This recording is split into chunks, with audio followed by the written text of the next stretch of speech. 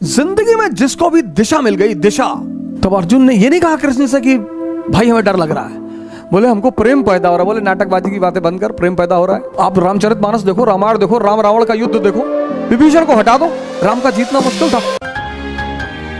और आज हम डिस्कस करेंगे डायरेक्शन। डायरेक्शन का रोल क्या है? जैसे ये इतना बड़ा युद्ध चल रहा है, महामारी चल रही है, तो डायरेक्शन का क्या रोल है सर?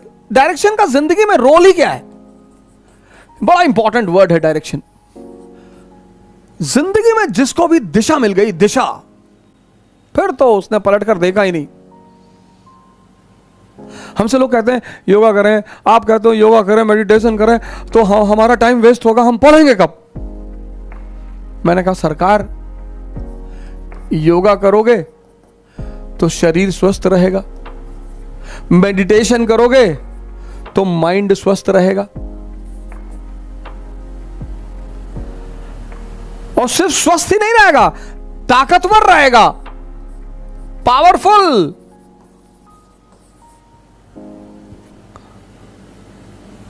तो इसी पावर के बल पे तो लड़ोगे। 8-8 घंटे बैठ के पढ़ोगे, 10-10 घंटे बैठ के पढ़ोगे। जो चेयर पे बैठ ही नहीं सकता, बैक पेन हो रहा है, ये थोड़ी आपको आईएएस बनाएंगे सर। ये आपको आईएएस नहीं बनाएंगे, तो आपको खुदा बना दे। इनकी तो ऐसी क्षमता है, इनकी तो इतनी क्षमता है कि ये आपको खुदा बना दें। आईएएस तो छोटी मोटी चीज है। शारीरिक ताकत, मानसिक ताकत। मैंने कहा direction.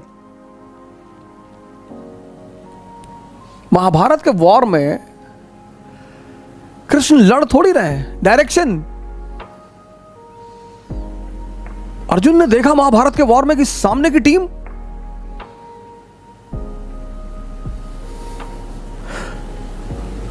Andrew Simon, Michael Bevan, Adam Gilchrist, Ricky Ponting, mark Waugh, Steve Waugh, इधर कीनिया की टीम।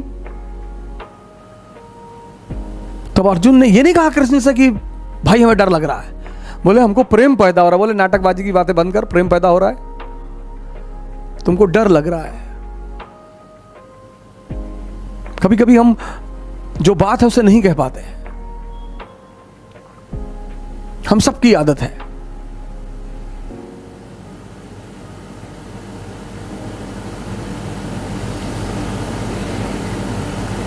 लगा तू चिंता मत कर, हम भीष्म पितामह को बोले कि कोई बात नहीं, शिखंडी को खड़ा कर दे, हैंडल। द्रोणाचार्य बोले बता दे इनके बेटा मर गया। युधिष्ठिर ने कहा हम झूठ नहीं बोल पाएंगे। बोले तुम्हें बोलने के लिए कौन कह रहा है? तुम बस हाँ बोलना, बस बाकी हम संभाल लेंगे। तुम्हें झूठ बोलने के लिए कौन कर रहा है? हम संभालेंगे ना, तुम हाँ बोल देना।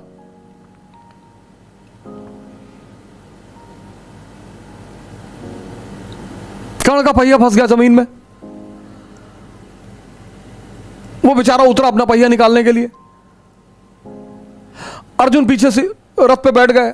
कृष्ण ने पलट के देखा, अर्जुन बना रहे। कृष्ण ने कहा ये क्या? बोले निकाल ले, तब तक बना ले, थोड़ा सा आप भी ले लीजिएगा। अरे बोले पागल, मार दे। अरे बोले अच्छा नहीं लग रहा, हम छत्री हैं। हाँ बोले तो छत्री है तो ये तो एनसीईआरटी में लिखा है ना, ये तो पढ़ने के लिए है।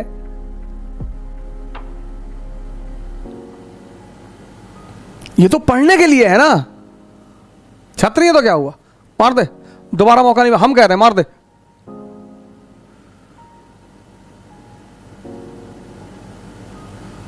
डायरेक्शन।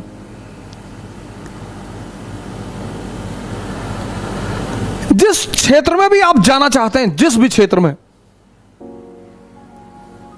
बस एक ही चीज इंपॉर्टेंट है, डायरेक्शन। किसी भी युद्ध को जीतना है, डायरेक्शन। आपको घर में बैठ के लगता होगा कि यार हम क्या कर सकते हैं? सर आप बहुत कुछ कर सकते हैं। डायरेक्शन सर, जीवन में डायरेक्शन की इतनी वैल्यू। कोई भी काम करने जाएं, कोई भी, आईएएस बनना, नेता बनना, प्रधानमंत्री बनना, डॉक्टर बनना, जो भी बनना है,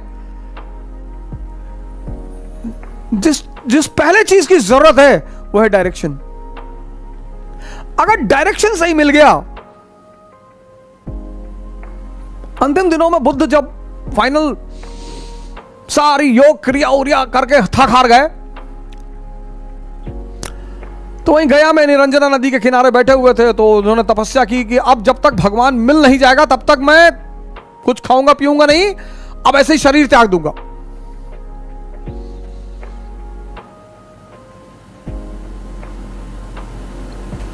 तो एकदम बेचारे गल के एकदम हड्डी हो गए।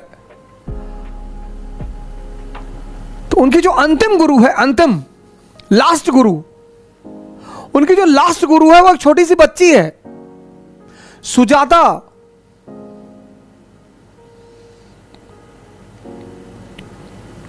बच्ची थी छोटी सी, वो आई, उसने पूछा कि क्यों मरे जा रहे हो, आईएएस की तैयारी कर रहे हो? अरे बोले तुम जाओ बेटा यहां से। अरे बोले क्या कर रहे हो आप, हमें भी तो बताओ। बोले भगवान को ढूंढ रहा हूं। तो बच्चे कभी कभी ऐसा जवाब देते हो, पता नहीं उन्हें पता होता है कि नहीं। तो बोले जो चीज अंदर है उसे आप बाहर क्यों ढूंढ रहे हो? और वो बाउल में चावल और दूध लेकर आई उन्हें खिलाने के लिए। बच्चों में करुणा ज्यादा होती। और बुद्ध उसी रात अरहत हो गए। उसी दिन बुद्ध अरहत हो गए।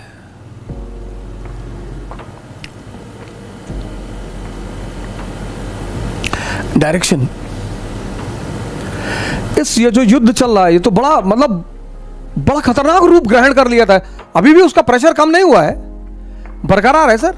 कर्नाटका इधर सारे तरफ बड़ी स्थितियां खराब, लेकिन अब धीरे धीरे लोगों को समझ में आ रहा है कि अच्छा ऐसा कर सकते हैं, ऐसा पैनिकनेस थोड़ी कम हो रही है। भारत के लिटरेसी रेट में कमी कहां है? इतना बड़ा युवा वर्ग हमारा, इतना बड़ा शिक्षित वर्ग हमारा, हमारे बीच वैचारिक मतभेद हो सकते हैं सर, लेकिन वैचारिक मतभेद का मतलब शत्रुता कभी नहीं होती सर। ये तो आम आदमी की अप्रोच है कि वैचारिक मतभेद, तुम हिंदू हो हम मुसलमान हैं, तुम पूरब की तरफ मुंह करके पूजा करते हो, हम पश्चिम की तरफ मुंह करके, हम दोस्त नहीं हो सकते। नहीं सर, मतभेद कभी मनभेद का कारण नहीं हो सकता सर। ये तो अच्छी बात है सर, यही तो भारत की सबसे बड़ी सुंदरता है, यूनिटी इन डाइवर्सिटी।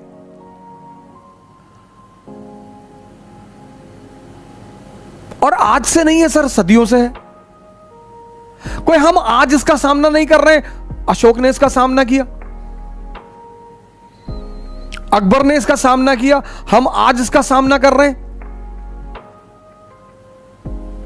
लेकिन मैंने कहा ना कहीं इस संकट ने हमें नुकसान बहुत पहुंचाया, लेकिन कुछ चीजें अच्छी भी दी इसने। मैंने कहा एकता दी इसने। जिस तरह से मैं लोगों को एक दूसरे की मदद करते हुए देख रहा हूं,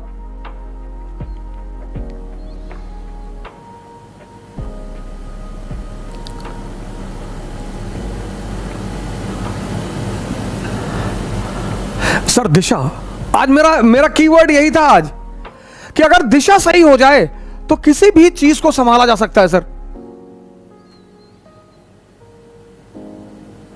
आप रामचरितमानस देखो, रामायण देखो, राम रावण का युद्ध देखो, विभीषण को हटा दो, राम का जीतना मुश्किल था, भले ही भगवान थे, राम का जीतना मुश्किल था सर। विभीषण उन्हें दिशा दे रहे हैं कि नाभि में अमृत है।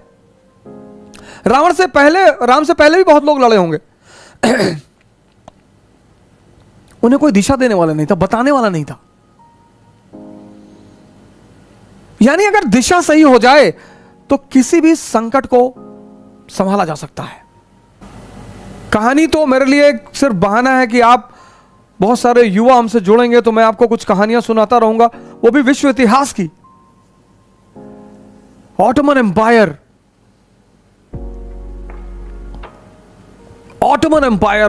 The envy of the countries in medieval period 1453 to 1918। हालांकि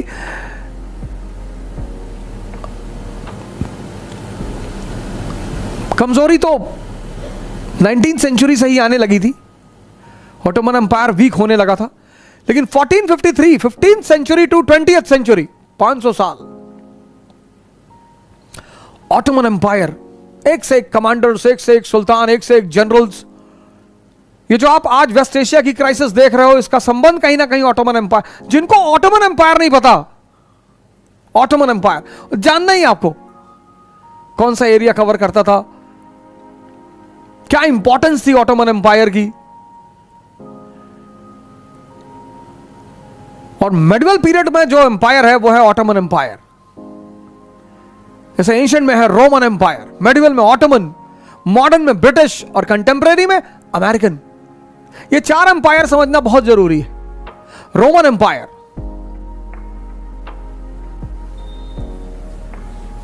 फिर मेडिवल में ऑटोमन एम्पायर, मॉडर्न में ब्रिटिश एम्पायर और आज अमेरिकन एम्पायर। तो मेरी इच्छा थी कि कल मैं थोड़ा सा आपको ऑटोमन एम्पायर के बारे में भी बताऊं, फिर आगे बढ़ूंगा। तो कल मैं आपको थोड़ा सा ऑटोमन एम्पायर के बारे में बताऊंगा। 1453 पर कॉन्स्टेंटिनोपल पर कब्जा हुआ ऑटोमन्स का और ऑटोमन एम्पायर की स्थापना हुई। तो कल थोड़ा सा मैं आपको ऑटोमन एम्पायर और उसके 1-2 प्रसिद्ध शासक जो रूलर हैं उनके